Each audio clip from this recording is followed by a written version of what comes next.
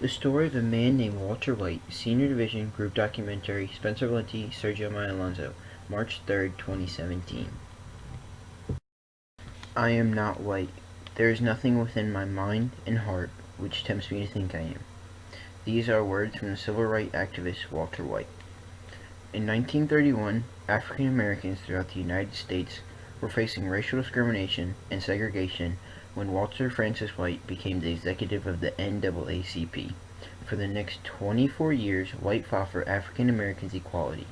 As a result, White, politically, blocked a racist man from a major role in the government, socially got President FDR to issue an executive order from a March on Washington movement, and economically created a legal defense and educational fund for African Americans and their justice.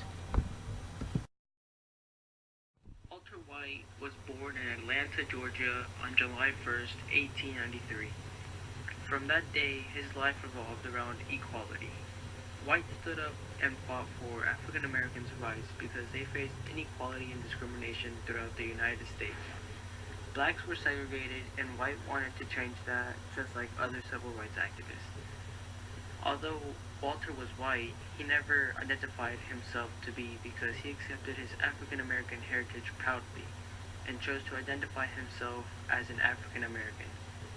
When White was 13 years old, he determined that he could never be part of a race that had much hatred, and he said that because in 1906 a white mob threatened him and his family. That still didn't stop him for fighting for blacks' equality. In 1918, he became a part of the NAACP as a lynching investigator and expert. His great accomplishments as an investigator made him become the executive leader in 1931. When he started, he focused on two things: equality for all and stopping lynching. In 1922, the Dyer Bill was passed, which influenced the text of anti-lynching, and he finally convinced Americans to abandon it.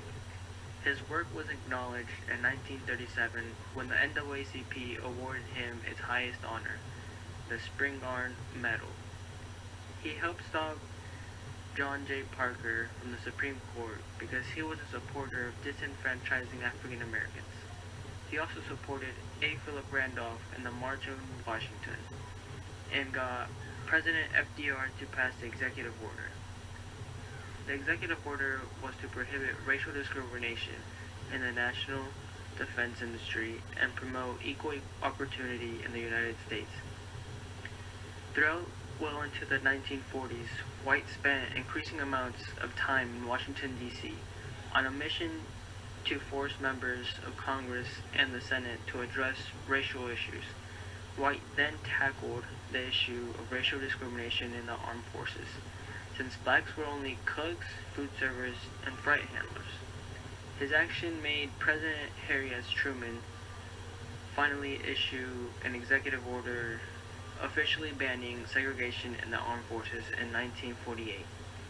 Later on, he managed to make the Legal Defense and Educational Fund pass, which ended segregation in schools throughout the United States in 1954.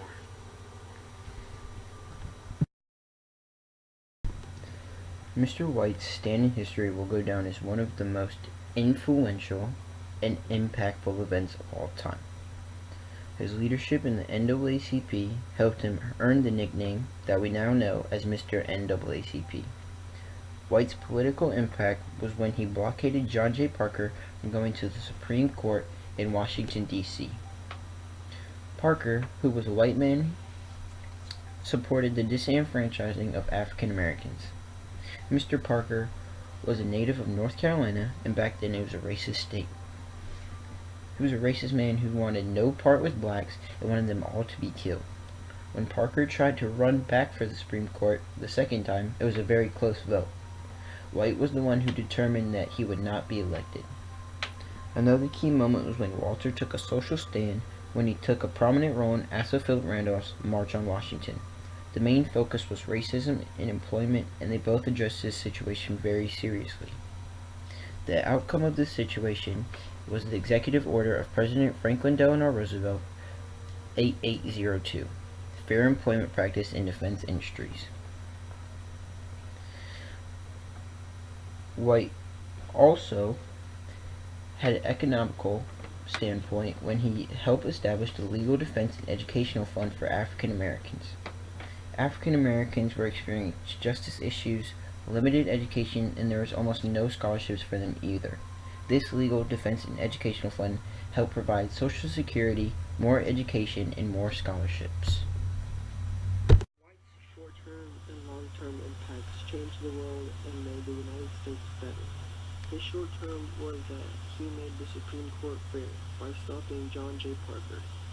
He made the Supreme Court fair because Parker was all about disenfranchising blacks and not supporting them, and Parker wished for the worst for them and wanted white superiority. Parker came very close but lost to a 41-39 vote. The NAACP did whatever to stop him, and Walter White was the executive leader at the time. White's long-term impact was the March on Washington. African Americans faced discrimination and unfair treatment all around the world until White decided to support A. Philip Randolph on the March on Washington. They marched for the equal treatment they wanted and for other demands. A. Philip Randolph later began to plan other marches with other black leaders in 1960 and 1963.